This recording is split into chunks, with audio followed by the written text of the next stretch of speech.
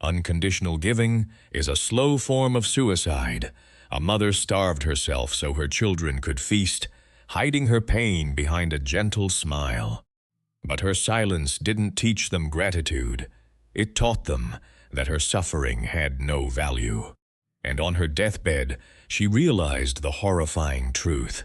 She hadn't raised a family. She had fed a pack of wolves. The words hung heavy in the salt-choked air of the jagged coastline. Here, the ocean did not ask for permission. It simply took.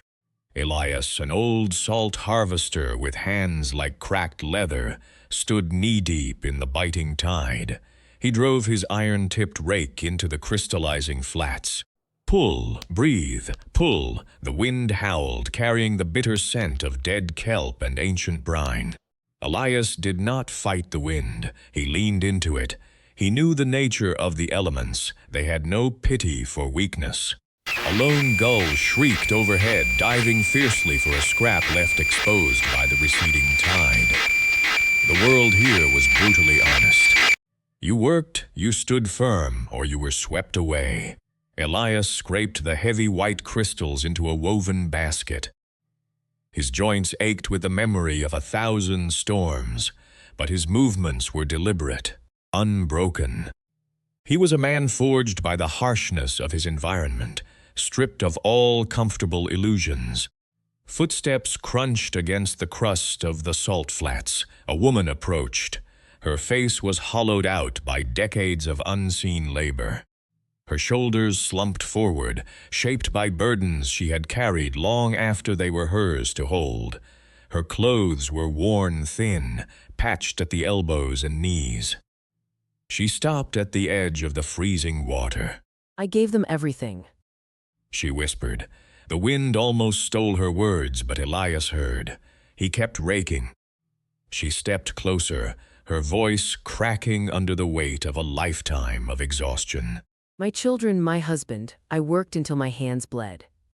I ate the scraps so they could have the meat. Yesterday I collapsed from the fever I couldn't stand.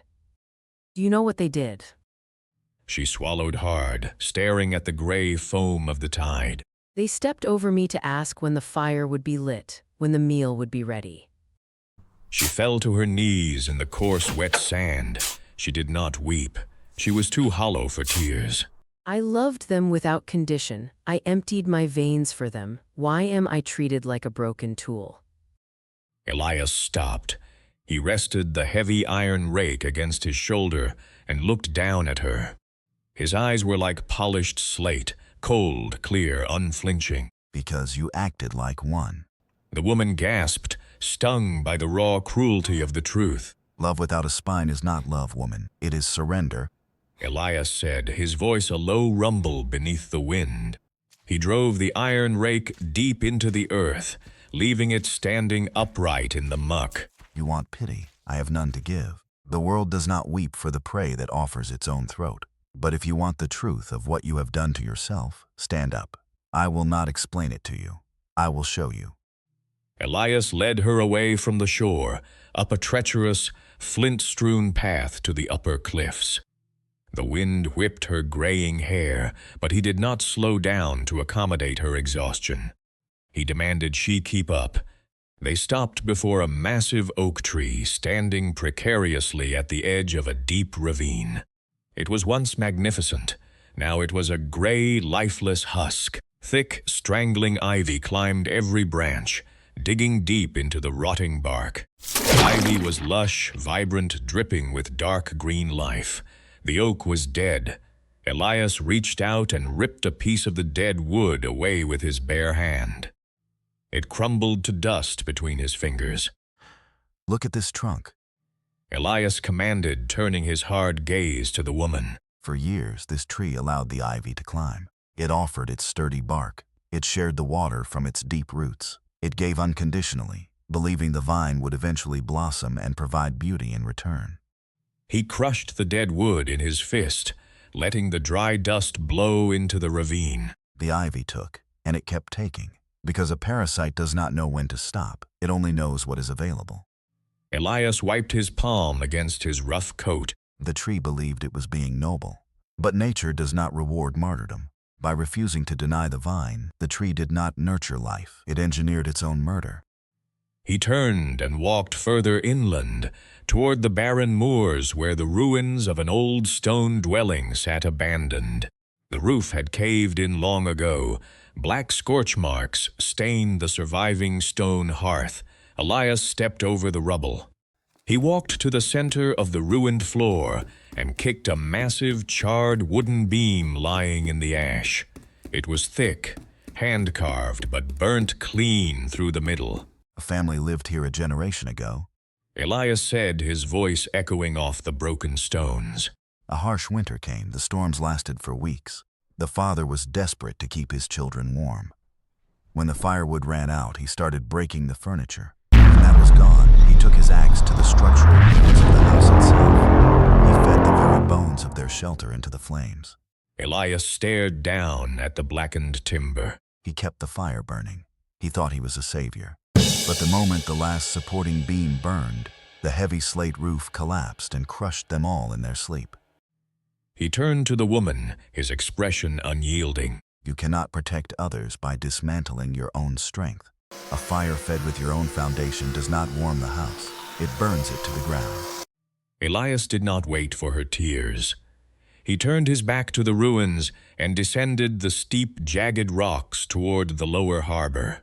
The wind whipped the sea into a gray, violent frenzy. The woman followed, her breath ragged, her legs trembling against the steep incline. They reached a rotting wooden dock. At the edge of the planks stood a massive iron winch, heavily rusted, its gears warped and its central shaft snapped violently in two. The iron edges were jagged, orange with decay. Elias struck the broken metal with his knuckles. It let out a dull, dead ring. The men who worked this dock, Elias began, his eyes fixed on the churning water, demanded everything from this iron. It was built to pull the heavy nets. But they were greedy. They did not oil the gears. They did not respect its limits. They loaded it with more weight, day after day, year after year. And when the iron shrieked under the strain, they did not ease the burden. They whipped the mules harder. They forced it to turn. He traced the violent snap of the broken shaft. Until the day it shattered. The heavy nets plunged back into the black water, dragging half the catch to the bottom. And do you know what the men did? The woman stared at the rusted metal, her voice barely a whisper. They blamed the winch.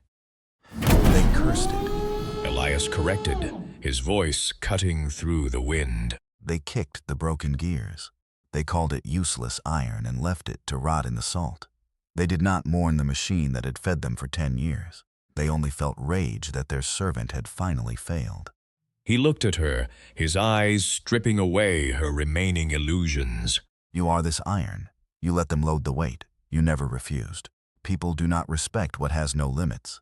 They exploit it until it shatters, and they will never forgive you for breaking. Elias turned away from the dock and pointed toward the mouth of the bay. There, a towering breakwater of jagged black granite jutted out into the ocean. The waves smashed against it with terrifying violence. The water reared up like white fangs, slamming into the stone with the force of an earthquake. The rock did not move, it did not yield. Look at the stone. Elias commanded. The ocean screams at it. It demands to pass. It beats against the rock with all its fury, trying to erode it, trying to drag it down into the deep. But the stone says no. He gripped the woman's frail shoulder, forcing her to look at the violent collision of water and earth. The stone is ruthlessly selfish with its space. It does not compromise with the tide. It does not offer a piece of itself to calm the water. It stands rigid. It stands unbending. And because it refuses to yield. Elias pointed past the violent crash to the harbor behind the black rocks. The water there was perfectly still, safe, quiet. Elias, 65 plus let, Mudrets it creates a harbor. You cannot protect anyone if you let the waves wash you away. You must be immovable, character. The woman sank onto the damp wooden planks. The hollow look in her eyes was gone, replaced by a terrifying, burning clarity. The decades of guilt, of silent agony, of waiting for a gratitude that would never come. It all shattered against the cold rocks of the harbor. Elias looked down at her. He offered no hand to help her up. It is not virtuous to destroy yourself for another, He said, his voice dropping to a low, heavy resonance. It is a sin against your own nature. It is not noble to be consumed by the fire, but pathetic to offer yourself as the wood. You believed your endless sacrifice would buy their devotion. It was not a gift. It was a transaction you never forced them to honor. He stepped closer, blocking the freezing wind. Your family does not despise you because you failed them. They despise you because you taught them you had no value. You made yourself a carpet, and now you weep that they wipe their boots on you. Ruthless selfishness. The absolute preservation of your strength, your iron, your dignity, is not cruelty.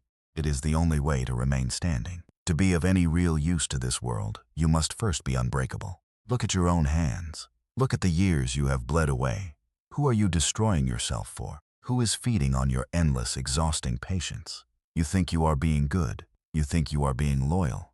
You swallow your exhaustion. You hide your pain. You give them the last piece of your peace, believing that one day they will finally see your worth. They will not.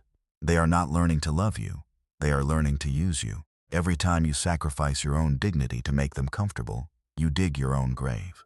You are the tree letting the ivy strangle you. You are the broken iron rotting in the salt. Stop waiting for the parasites to show mercy. It is time to stand like the stone. Let the waves crash. Let them rage. They will not move. If this truth resonated with you, like this video so it can reach those who need it most. Subscribe for more timeless wisdom. Comment "I will no longer break" to seal this lesson.